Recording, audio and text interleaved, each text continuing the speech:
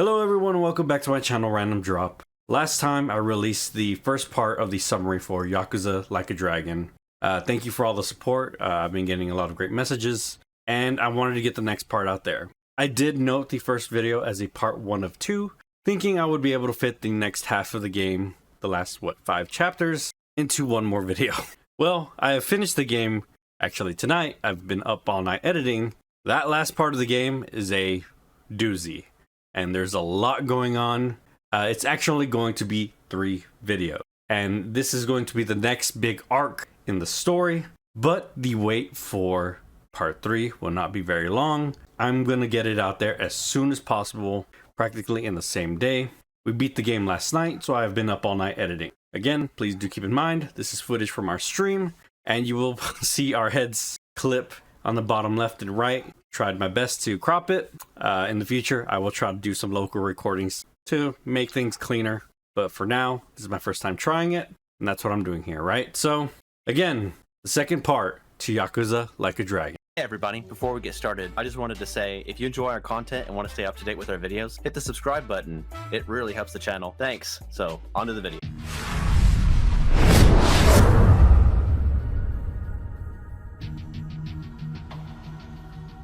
The next day, the team is called by Zhao.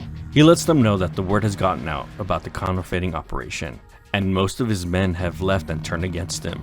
A similar situation is happening in the Seiryu clan as well. Bleach Japan has rallied in the Gomi Jewel property and are attempting to break in and get evidence. This is just supposed to be a protest, but there are many Omi Alliance Yakuza posing as Bleach Japan members. The Gomi Jewel need help, as they are the smallest of the 3 factions. Zhao asks for the party to help and promises to take the hits off of Nanba if they succeed in helping the Gomi Jewel. Ichiban and company agree and head to the Gomi Jewel territory. Their front gates are being hit by a wrecking ball, and Bleach Japan are attempting to break in. The party slows down Bleach Japan, but they are unsuccessful in getting in to help inside. This is when Jun calls Ichiban and gives him a secret, showing their trust in Ichiban. He gave them the secret location of the residential district for the Gomi Jewel gang and a rear entrance into their headquarters. The party is able to get into the main surveillance building.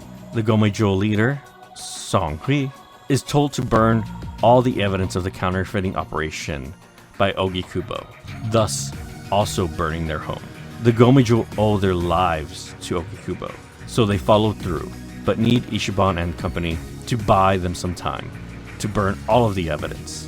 They are attacked by Bleach Japan's current leader, a Yakuza officer, and alongside them, Nanba, who is working with the people who murdered Nanamiya to get more info on his brother and revenge against the Gomi Jewel. Ichiban refuses to get out of the way for Nanba's sake, as he is going down a dark path, and he wants to help stop his friend from doing any more damage. A fight ensues, and the Gomi Jewel are successful in lighting the building on fire. It is revealed that Nanba's brother is still alive, and now that the whole counterfeiting situation is over, there is no more reason to keep it a secret.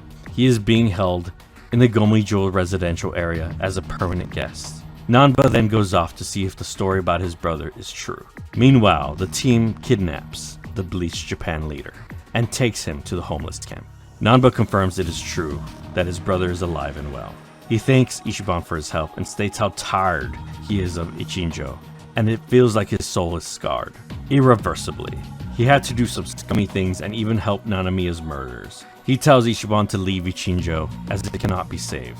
Nanba goes on his own way, Ichiban believing in him, knowing he will return to them when the time is right. The Bleach Japan leader is interrogated for more info about Masato, and more of their plan was revealed. They are using their political power and ties to the underworld to amass as much power as they can across Japan, to go up in the political world and gain even more power. Ogi Kubo was one of the only people who stood up against Masato in the political world, so they wanted to get some dirt on him to bring him down. The team is then attacked during the interrogation, and the leader is able to escape during the fray. The Seiryu leader, Hoshino, calls Song Hui, the Gomi Jewel leader, to see how things are going on their end, and to also ask about how the Lumang are getting along.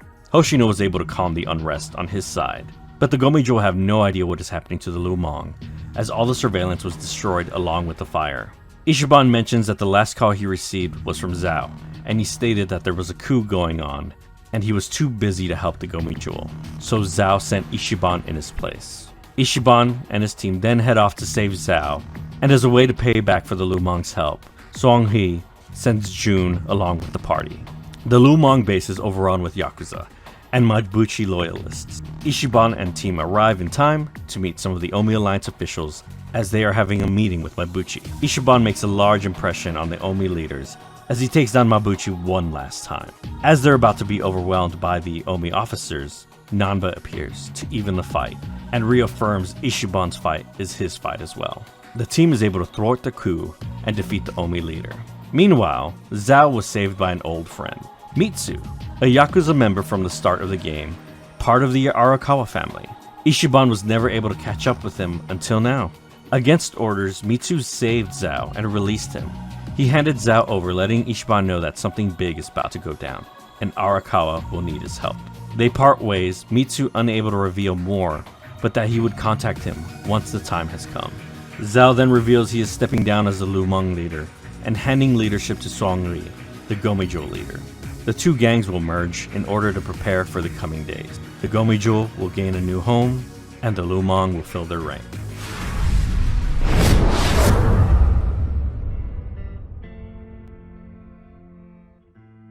Now that the situation is finally resolved, Ichiban is spurred to meet up with the Seiryu clan leader to ask about the fake bill. The two meet up in Hien Tower, where everything began. Around 40 years ago, Masumi Arakawa's father was killed. It's not until this conversation it is revealed that Toshino, Masumi's father, was smuggling the fake bills for the Seiryu family. One day, he reported that he had lost a suitcase of counterfeit bills. Thus, he was punished as an example. Hoshino was the one who murdered Masumi's father that day many years ago in Hien Tower. He had no idea Masumi was with him. Later, he found out Masumi's mother was the one who stole the money for herself and her lover. She was killed as well. Eventually, Masumi was able to track down his father's killer and invited him to Hien Tower.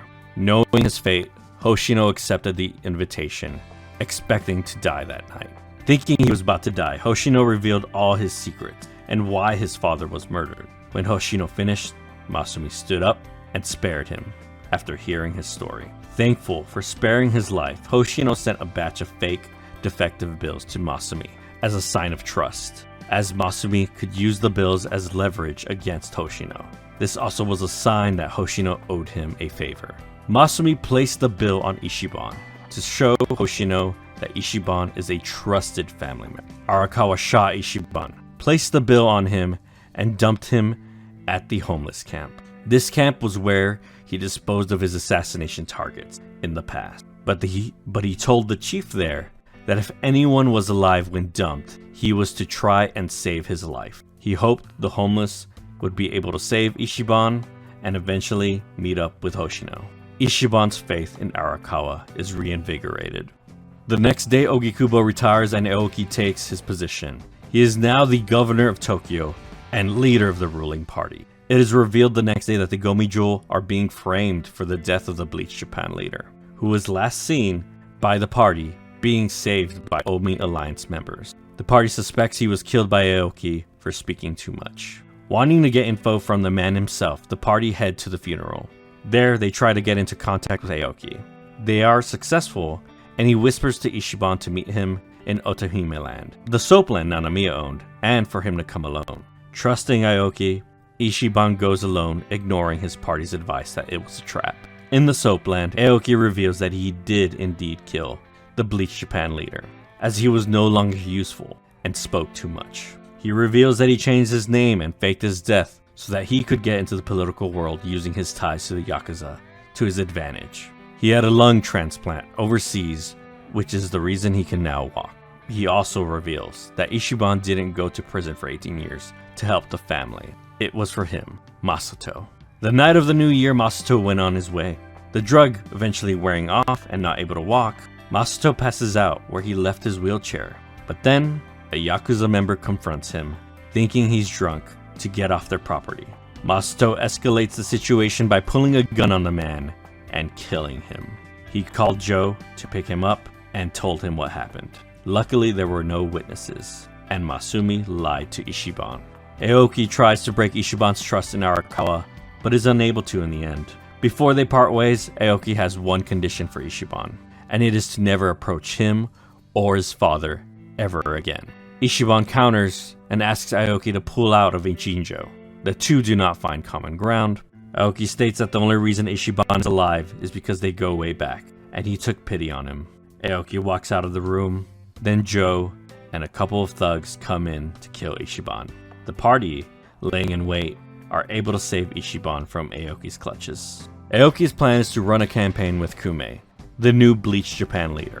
Kume is inexperienced and a giant asshole, and the public and many parties agree he is not fit to govern anything.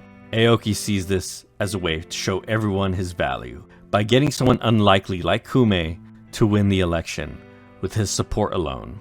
Kume winning would be the death of the Wall of Muscle and the gray zones of Ichinjo. Many with no place to go will be lost in the cracks. So a plan is concocted to run against Kume with their own candidate. Hoshino says he needs time to find such a person.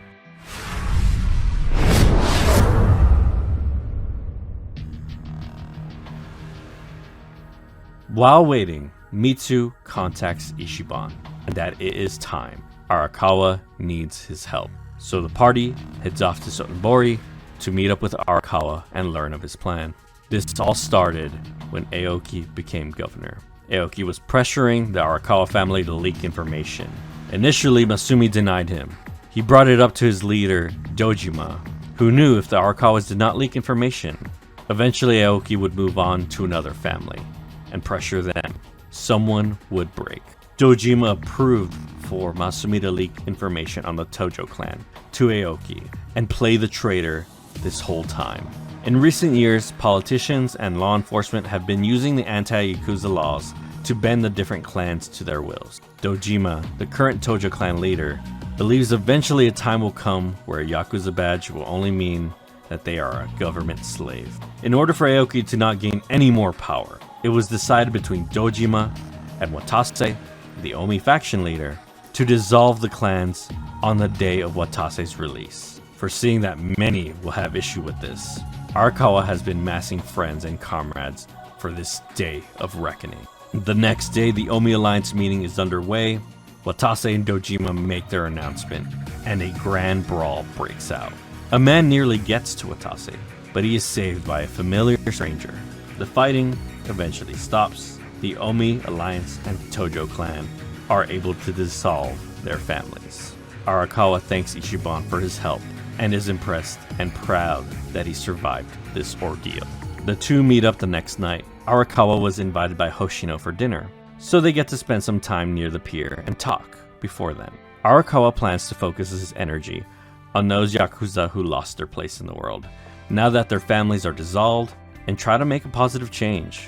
All of Aoki's plans hinged on the support from the Omi Alliance, but now that is all gone. He hopes Aoki/Masato will learn from this and not let the pursuit of power choke him. Before they go their separate ways, Ichiban asks for Arakawa to accept him back into the family. Arakawa is caught off guard by this, as Ichiban says working in the family was the best time of his life. Arakawa says Ichiban should hate him after sending him to jail in Masato's place, then after that shooting him. He told Ichiban that he has never done anything for him his whole life, and that it was his own strength that helped him survive all the ordeals he's been through. He tells Ichiban about a recurring dream he has, where Masato was born in the soapland instead of him. Then asks if Ichiban ever wanted to know more about his parents. He says he's gotten used to not knowing them. Arakawa sheds a tear, wipes it away, and claims it's only a dream, and that he can get to his destination on his own. He tells Ichiban he will see him tomorrow, and the two separate for the night. Come morning, Masumi Arakawa's body is found in the ocean.